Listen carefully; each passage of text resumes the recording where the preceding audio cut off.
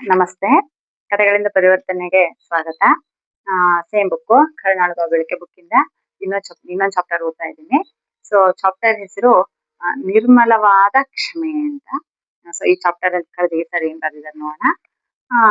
ರಬಿಯಾ ಅಲ್ ಅದಾವಿಯ ಅಂತ ಅನ್ನೋರು ರಬಿಯಾನು ಸೂಫಿ ಪರಂಪರೆ ಕಂಡ ಅತ್ಯಂತ ಶ್ರೇಷ್ಠ ಸಂತಳವಳು. ಅಂದ್ರೆ ಸೂಫಿ ಪರಂಪರೆ ಇರ್ತಲ್ಲ, ಸೂಫಿ ಪರಂಪರೆ ಕಂಡ ಅತ್ಯಂತ ಶ್ರೇಷ್ಠವಾದ ಸಂತಳು ಇವಳು. ಅವ್ರ ಹೆಸರು ರಬಿಯಾ ಅಲ್ ಅದಾವಿಯಾ ಅಂತ. ಓಕೆನಾ.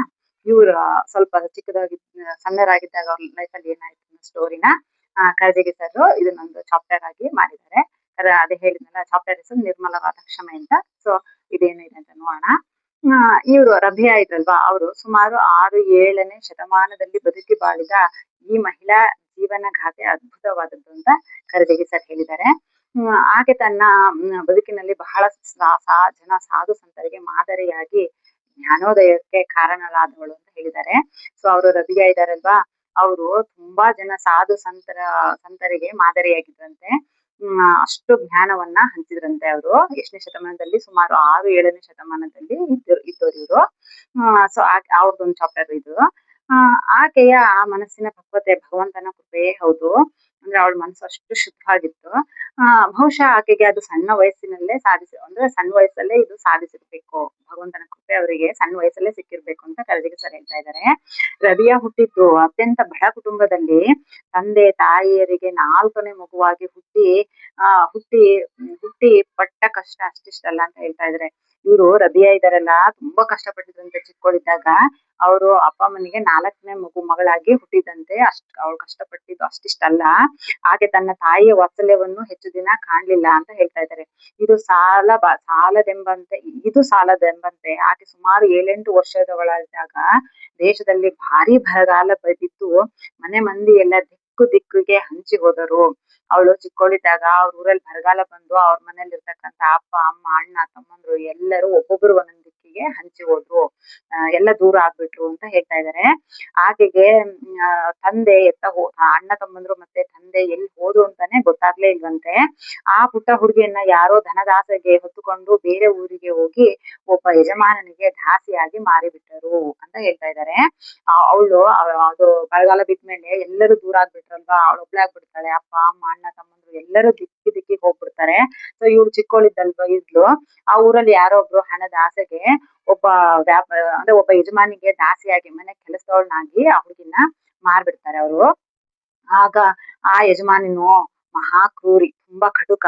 ಅವರು ಯಜಮಾನ ಹುಡುಗಿನ ಮಾರಿರ್ತಾರಲ್ವಾ, ಆ ಯಜಮಾನ ತುಂಬಾ ಕ್ರೂರಿ, ಅಂದ್ರೆ ತುಂಬಾ ಒರಟಾಗಿದ್ರು ಅಂತ ಹೇಳ್ತಾ ಇದ್ದಾರೆ. ಆತ ಮಾತಿದ್ರೆ ಬೈಗಳು ಸುರಿಸ್ತಾ ಇದ್ದ. ಅವಳಿಗೆ ಎನಿ ಟೈಮ್ ಯಾವಾಗ್ಲೂ ಏನೇ ಕೆಲಸ ಮಾಡಿದ್ರು ಬೈತಾ ಇದ್ದ. ಆ ಕೆಲಸ ಮಾಡು, ಈ ಕೆಲಸ ಮಾಡು, ಮನೆ ಗುಡ್ಸು, ಪಾತ್ರೆ ತೊಳಿ, ಬಟ್ಟೆ ತೊಳಿ, ಮತ್ತೆ ಅದಷ್ಟೆಲ್ಲ ಕೆಲಸ ಮಾಡಿದ್ರು ಮತ್ ಸ್ವಲ್ಪನೂ ವಿಶ್ರಾಂತಿ ಇಲ್ಲ. ಸ್ವಲ್ಪ ರೆಸ್ಟ್ ತಗೊಂಡ್ರೆ ಸಾಕು, ನೀನು ಆ ಕೆಲಸ ಸರಿ ಮಾಡಿಲ್ಲ, ಈ ಕೆಲಸ ಹೆಚ್ಚು ಕಡಿಮೆ ಮಾಡಿದ್ಯಾ, ಆ ಊಟ ಚೆನ್ನಾಗಿಲ್ಲ, ಇದ್ ಚೆನ್ನಾಗಿಲ್ಲ, ನೀನ್ ಅದ್ ಮಾಡ್ತೀಯ ಇದ್ ಮಾಡ್ತೀಯ ಅಂತ ಹೇಳಿ ಬಾಸುಂಡೆ ಬರೋ ತರ ಆ ಯಜಮಾನ ರಬಿಯಾಗೆ ಹೊಡಿತಾ ಇದ್ರಂತೆ. ಪುಟ್ಟ ಮಗು ರಬಿಯಾ ಕಷ್ಟ ಹೇಳೋದಾದ್ರು ಕಷ್ಟ ಹೇಳಿಕೊಳ್ಳುವುದಾದರೂ ಯಾರ ಮುಂದೆ? ಅವ್ರ ಮೊದ್ಲೇ ಚಿಕ್ಕವಳು. ಅವ್ರ ಮನೇಲಿ ಯಜಮಾನ ಒಬ್ರೇ ಬೇರೆ. ಅವ್ರ ಕಷ್ಟನ ಯಾರ ಹತ್ರ ಹೇಳ್ಕೊಬೇಕು? ಅವ್ರ ಬೈಸ್ಕೊಳ್ತಿದ್ಲು, ಅಳ್ತಿದ್ಲು, ಹೊಡೆದ್ರೆ ಹೊಡ್ಸ್ಕೊಂಡ್ ಅಳ್ತಿದ್ಲು. ಆದ್ರೆ ಯಾರ ಮುಂದೆ ಕಷ್ಟ ಹೇಳಕ್ಕೆ ಅವಳಿಗೆ ಅಂತ ಯಾರು ಇರ್ಲಿಲ್ಲ. ಅವಳ ರಕ್ಷಣೆಗೆ ನಿಲ್ಲಲು ಯಾರು ಇರ್ಲಿಲ್ಲ.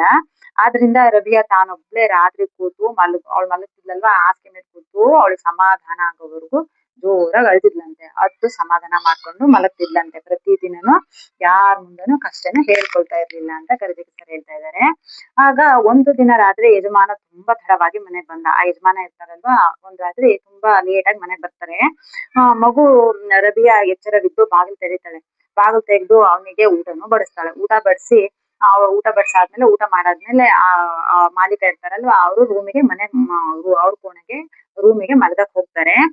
ಹೋದ್ಮೇಲೆ ಇವಳು ರೂಮಲ್ಲಿ ಕೂತು ಅಂದ್ರೆ ಏನೋ ಪಿಸು ಮಾತಾಡ್ತಾ ಇರ್ತಾಳೆ. ಆಗ ಆ ರೂಮಿಗೆ ಹೋಗಿರ್ತಾನಲ್ಲ ಯಜಮಾನ, ಲೇಟಾಗಿ ಬಂದಿರ್ತಾನೆ.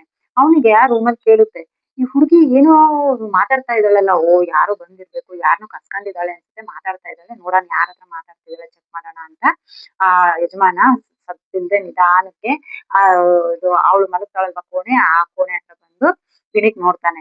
ಯಾರ ಹತ್ರ ಮಾತಾಡ್ತಿದ್ದಾಳೆ ಇವ್ಳು, ನೋಡೋಣ ಅಂತ ಹೇಳಿ ಬಂದು ಬಾಗಿಲಿನಿಂದ ಹಿಂದೆ ಬಂದು ಒಳಗೆ ಇಣಿಕಿ ನೋಡ್ತಾನೆ.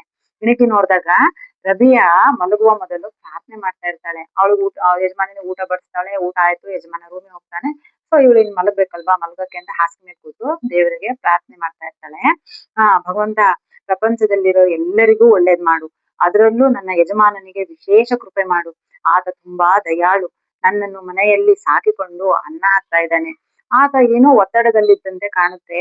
ಯಾವುದೇ ಆತಂಕವಿದ್ದರೂ ಪರಿಹರಿಸು ಭಗವಂತ.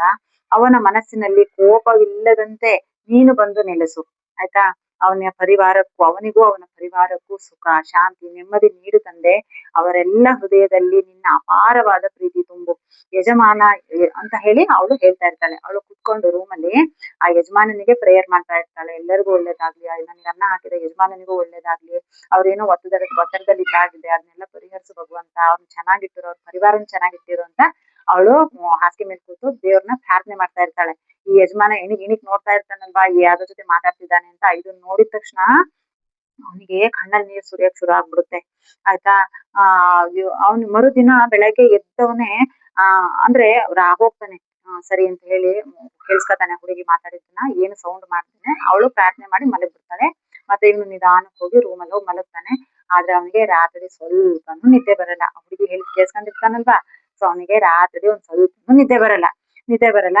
ಮರುದಿನ ಬೆಳಗ್ಗೆ ಎದ್ದೋನೆ ಆಕೆ ಕೋಣೆಗೆ ಹೋಗ್ತಾನೆ. ಅವಳು ಮಲಗಿರ್ತಾಳಲ್ವಾ, ಆ ರೂಮಿಗೆ ಹೋಗಿ ಆ ಹುಡುಗಿ ಕಾಲಿಗೆ ನಮಸ್ಕಾರ ಮಾಡ್ತಾನೆ. ಅಮ್ಮ ರಬಿಯಾ, ನಾನು ಇಷ್ಟು ದಿನ ನೀಡಿದ ನೋವಿಗೆ, ತೊಂದರೆಗೆ ನನ್ನನ್ನು ಕ್ಷಮಿಸು. ಈ ಕ್ಷಣದಿಂದ ನಿನ್ನ ದಾಸ್ಯ ವಿಮೋಚನೆಯಾಯಿತು. ನನ್ನದೊಂದು ವಿನಂತಿ, ನೀನು ನನ್ನ ಮನೆಯಲ್ಲೇ ಇರ್ಬೇಕು, ಆದ್ರೆ ದಾಸಿಯಾಗೆಲ್ಲ ನನ್ನ ಅತಿಥಿಯಾಗಿ, ಆಯ್ತಾ, ಮಾರ್ಗದರ್ಶಿಯಾಗಿ ನಿನ್ನ ಸೇವೆ ಮಾಡುವ ಭಾಗ್ಯ ನನಗೂ ನೀಡಮ್ಮ. ಆದ್ದರಿಂದ ನನ್ನ ಮನಸ್ಸು ಸ್ವಲ್ಪ ಪರಿಶುದ್ಧವಾಗುತ್ತೆ ಅಂತ ಹೇಳಿ ಆ ಮಾಲೀಕ ಬೆಳಗ್ಗೆ ಎದ್ದ ತಕ್ಷಣ ಹುಡುಗಿ ರೂಮಿಗೆ ಹೋಗಿ, ನನ್ನ ಕ್ಷಮಿಸು, ನಾನು ನಿಮ್ಗೆ ಇಷ್ಟು ದಿನ ಎಷ್ಟೊಂದು ಹಿಂಸೆ ಕೊಟ್ಟೆ, ತೊಂದರೆ ಕೊಟ್ಟೆ, ಕಾಟ ಕೊಟ್ಟೆ, ಹೊಡೆದೆ, ಬೈದೆ, ಕಣ್ಣೀರ್ ಹಾಕಿಸ್ದೆ, ಆದ್ರೂ ನೀನ್ ನನ್ಗೋಸ್ಕರ ದೇವ್ರ ಹತ್ರ ಬೇಡ್ಕೊಂಡೆ, ನನ್ನನ್ನು ದಯವಿಟ್ಟು ಕ್ಷಮಿಸು. ಇವತ್ತಿಂದ ನೀನು ನಮ್ಮನೆ ದಾಸಿಯಾಗಿಲ್ಲ, ನನ್ನ ಅತಿಥಿಯಾಗಿ ನಾನು ನಿನ್ನ ಸೇವೆ ಮಾಡ್ತೀನಿ. ನಾನು ಮಾಡಿದ ಪಾಪ ಕರ್ಮಗಳೆಲ್ಲ ಸ್ವಲ್ಪನಾರು ಕಡಿಮೆ ಆಗ್ಲಿ ನಿನ್ ಸೇವೆ ಮಾಡಿ ಅಂತ ಹೇಳಿ ಅವ್ರ ಕಾಲಿಗೆ ಬಿದ್ದು ಕ್ಷಮೆ ಕೇಳ್ತಾರೆ ಆ ಮಾಲೀಕ. ಅವಾಗ ಮನಸ್ಸು ಶುದ್ಧ ಆಗುತ್ತೆ ಅಂತ ಹೇಳ್ತಾರೆ. ಲಾಸ್ಟಿಗೆ ಕಡೆಗೆ ಸರ್ ಹೇಳಿದ್ದಾರೆ, ಕ್ಷಮೆಗಿಂತ ಬಲವಾದ ಅಸ್ತ್ರವಿಲ್ಲ.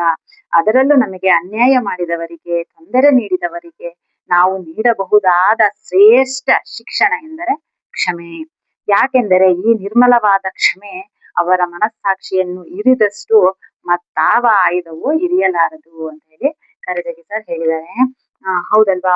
ನಾವ್ ನೋಡಿ ನಮ್ ಜೀವನದಲ್ಲಿ ಅವ್ರು ಹಂಗಂದ್ರು, ಇವ್ರು ಹಂಗಂದ್ರು, ಅವ್ರು ನನಗೆ ಅವಮಾನ ಮಾಡಿದ್ರು, ಇವ್ರು ನನ್ಗೆ ಅವಮಾನ ಮಾಡಿದ್ರು, ಇವ್ರು ಕಣ್ಣೀರ್ ಹಾಕ್ಸಿದ್ರು, ಇವ್ರು ಬೇಜಾರ ಮಾಡಿದ್ರು, ಅವ್ರು ಹಂಗಂದ್ರು ಅಂತ ಹೇಳಿ ಪ್ರತಿದಿನ ಯಾವಾಗ್ಲೂ ಯಾವ್ದರ ಒಂದ್ ವಿಷಯ ತಗೊಂಡು ಅವ್ರ ಮೇಲೆ ದ್ವೇಷ ಮಾಡೋದು, ಕೋಪ ಮಾಡ್ಕೊಳ್ಳೋದು, ಬೇಜಾರ್ ಮಾಡ್ಕೊಳ್ಳೋದು, ಅಸೂಯೆ ಪಡೋದು ಇನ್ನೊಬ್ರು ನೋಡಿ ಮಾಡ್ತಾ ಇರ್ತೀವಿ.